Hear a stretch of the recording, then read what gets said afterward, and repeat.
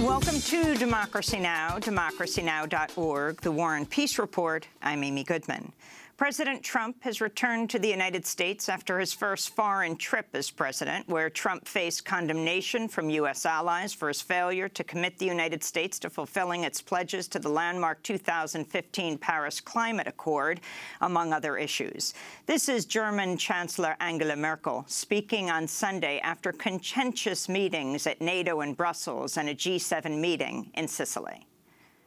Wie lang und wie steinig dieser Weg wird, das wurde gerade auch. How long and how rocky this path will be became clear at the G7 talks at the weekend when no agreement was reached with the United States.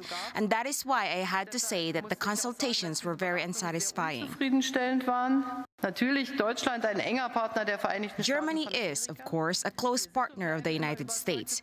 We are and will stay convinced transatlanticists, but we also know that we Europeans really have to take our destiny into our own hands. The German foreign minister went even further, saying of Trump, quote, anyone who accelerates climate change by weakening environmental protection, who sells more weapons in conflict zones, and who does not want to politically resolve religious conflicts is putting peace in Europe at risk, unquote.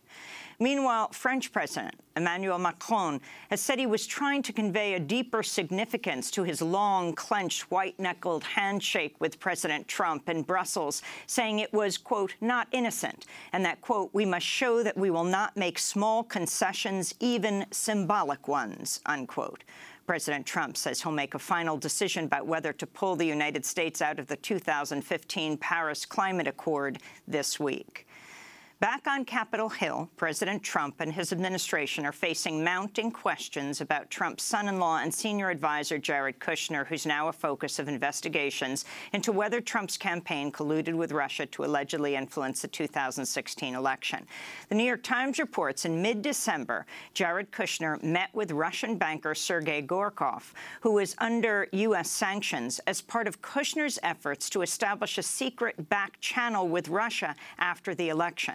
The meeting is now reportedly being probed by federal and congressional investigators. Trump himself blasted news reports over the weekend about Kushner's attempts to establish a secret back channel with Russia, tweeting, quote, whenever you see the words sources say in the fake news media and they don't mention names, it's very possible that those sources don't exist but are made up by fake news writers. Fake news is the enemy, unquote. This was part of Trump's first controversial tweet storm in more than a week. Trump had refrained from incendiary tweets during his trip abroad. Meanwhile, CNN's reporting, based on unnamed former intelligence officials, that U.S. spies intercepted Russian officials discussing having potentially derogatory information about Trump and his top aides during the 2016 campaign. A White House spokesman has denied the report. All this comes as Trump's communication director, Michael Dubke, has resigned. In Syria, a monitoring group says U.S.-led airstrikes killed more than 100 civilians, including 47 children Thursday and Friday in the ISIS-held town of al-Mayadeen in eastern Syria. The Syrian Observatory for Human Rights says the 2 rounds of strikes targeted the families of ISIS fighters and that the vast majority of the victims were civilian women and their children. The U.S.-led coalition has acknowledged launching the airstrikes on the town.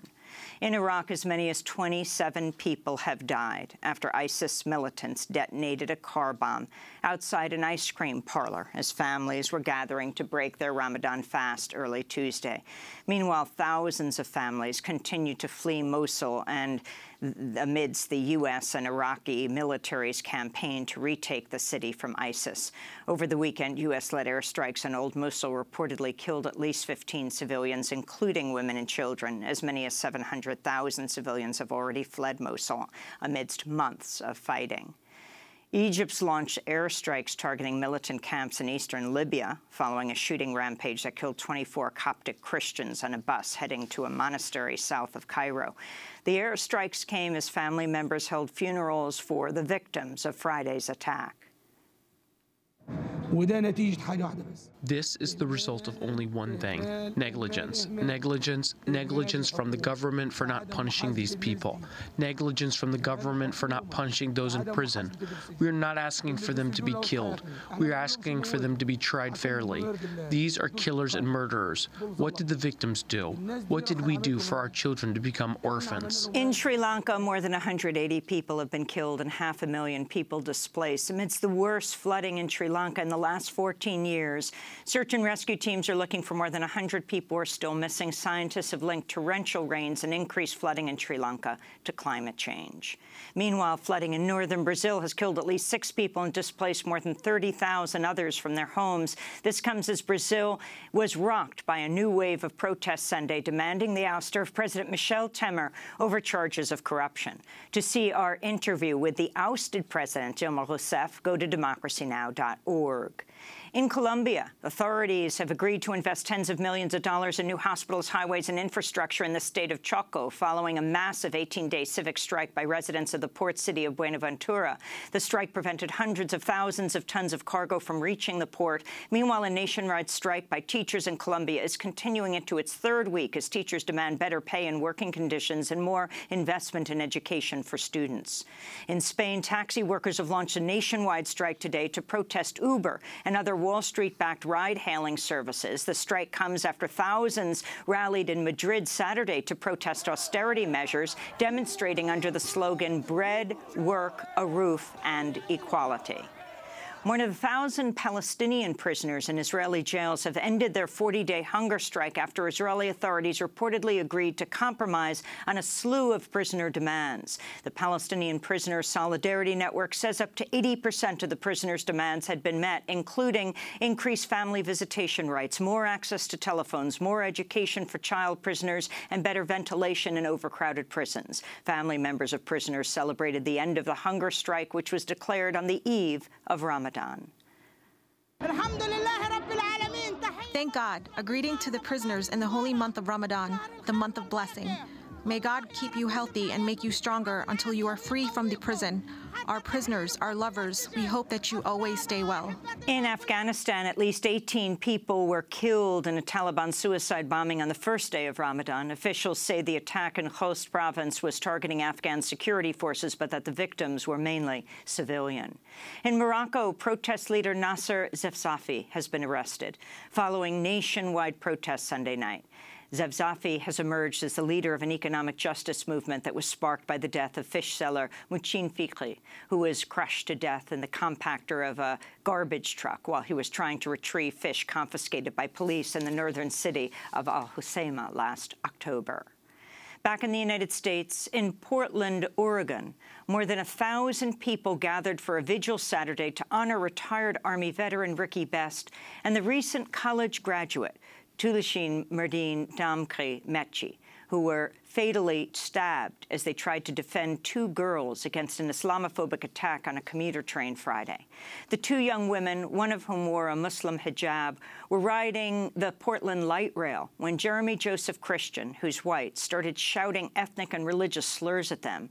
When Best and Mechi intervened, Christian stabbed them, as well as a 3rd man who is critically injured but has survived. This is 16-year-old Destiny Magnum, one of the victims of the attack, describing it. He told us to go back to Saudi Arabia, and he told us that we shouldn't be here and to get out of his country. He was just telling us that we basically weren't anything and that we should just kill ourselves. This white male from the back of us came and he was like, he's talking to you guys, and he was like, you guys, you can't disrespect these young ladies like that. And then they just all started arguing. Me and my friend, we were gonna get off the max, and then we turned around while they were fighting, and he just started stabbing people, and it was just blood everywhere, and we just started running for our lives. Following the attack, Portland Mayor Ted Wheeler has announced Portland will not issue new permits to alt-right groups for planned white supremacist rallies in June. We'll have more on the Portland attack after headlines. Meanwhile, here in New York City, leading Palestinian-American organizer Linda Sarsour is facing a barrage of death threats ahead of her scheduled commencement speech at the City University of New York School of Public Health this Thursday. Sarsour was the co-organizer of the National Women's March and the former head of the Arab American Association of New York. Last week, white supremacist Milo Yiannopoulos led a protest against Sarsour outside CUNY's main office. CUNY's chancellor says he will not cancel her speech. In Minnesota, St. Anthony police officer Geronimo Yanez is going on trial this week on charges of manslaughter for killing African-American Philando Castile during a traffic stop last year. It's the first time in at least 30 years a police officer in Minnesota has faced charges for killing someone while on duty, and comes after nationwide demonstrations protesting Castile's killing. In Texas, hundreds of protesters flooded the gallery in the Texas House on Monday to protest the anti-immigrant bill known as SB 4. The law bans sanctuary cities and allows police officers to check the immigration status of anyone they detain. The protest sparked scuffles between state lawmakers after Republican State Representative Matt Rinaldi said he called the Immigration and Customs Enforcement Agency on protesters, reportedly Hispanic lawmakers, quote, "I'm glad I just called ICE to have all these people deported," unquote. Immigration activists also held a noisy 3 a.m. protest outside Texas Governor Greg Abbott's mansion on Sunday morning with a blaring mariachi band and signs reading, "You've disturbed our peace, so we're disturbing yours." A new investigation by The Intercept reveals how international private security firm Tiger Swan targeting Dakota Access water protectors with military-style counterterrorism measures. Tiger Swan began as a U.S. military and State Department contractor. It was hired by Energy Transfer Partners, the company behind the pipeline. The investigation's based on leaked internal documents which show how Tiger Swan collaborated closely with law enforcement agencies to surveil and target the nonviolent indigenous-led movement. In the documents, the company also repeatedly calls the water protectors insurgents and the movement an ideologically driven insurgency. And former Panama military dictator Manuel Noriega has died at the age of 83. Noriega was an ally of the U.S. government until the U.S. invaded Panama in 1989 and was convicted of drug trafficking in 91. He spent nearly 20 years in U.S. prisons before being extradited to France and finally back to Panama. And those are some of the headlines. This is Democracy Now!, democracynow.org, The War and Peace Report. I'm Amy Goodman. And I'm Juan Gonzalez. Welcome to all of our listeners and viewers around the country and around the world.